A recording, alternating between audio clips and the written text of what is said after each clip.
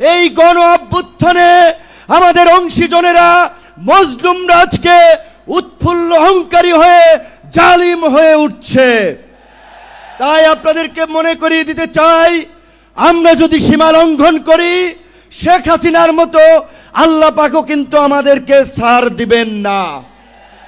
আজকে যেই ছাত্র জনতার সংগ্রামের মধ্য দিয়ে যেই রক্ত এবং প্রাণের বিনিময়ে আমরা এই ঐতিহাসিক পরিবর্তন পেয়েছি, এই পরিবর্তনকে টেকসই করার জন্য আজকে বাংলাদেশের মানুষ যে শাসনতান্ত্রিক এবং সরকার ব্যবস্থার পরিবর্তনের আওয়াজ উঠিয়েছে, সরকারকে বলতে চাই সেই শাসনতান্ত্রিক ব্যবস্থার মৌলিক পরিবর্তন না করে আপনারা নির্বাচনের দিকে হাঁটবেন না।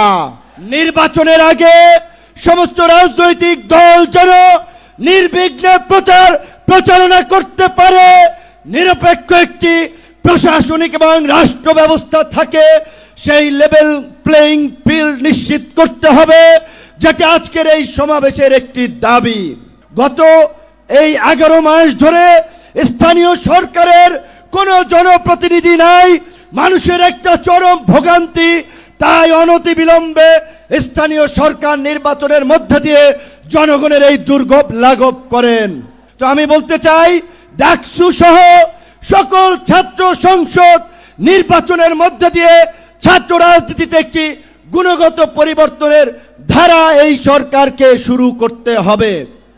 একই সাথে আমাদের এই অঙ্গীকারের বিনিময়ে এই পরিবর্তনকে দীর্ঘস্থায়ী করার জন্য, এই জুলাইয়ের সুফল মানুষের কাছে পৌঁছে দেওয়ার জন্য ঐতিহাসিক যে জুলাই ঘোষণাপত্র এবং যে জুলাই সনদ, আমরা আশা করি সরকার সেটি এই জুলাই মাসে বাস্তবায়ন করবে। অন্যথায় জুলাইয়ের অংশীদাররা এই সোহরাওয়ার্দী উদ্যানে যেমনি কিছুদিন আগে ইসলামী আন্দোলন সমাবেশ করছে, জামায়াত করছে, অন্যান্য দল করছে, সরকার যদি জুলাইয়ের ঘোষণা এবং জুলাই সনদ দিতে ব্যর্থ হয়, আমরা জুলাইয়ের অংশীদাররাই ঐক্যমতের ভিত্তিতে এই সোহরাওয়ার্দী উদ্যানে আমরা ঘোষণা করব। ধন্যবাদ।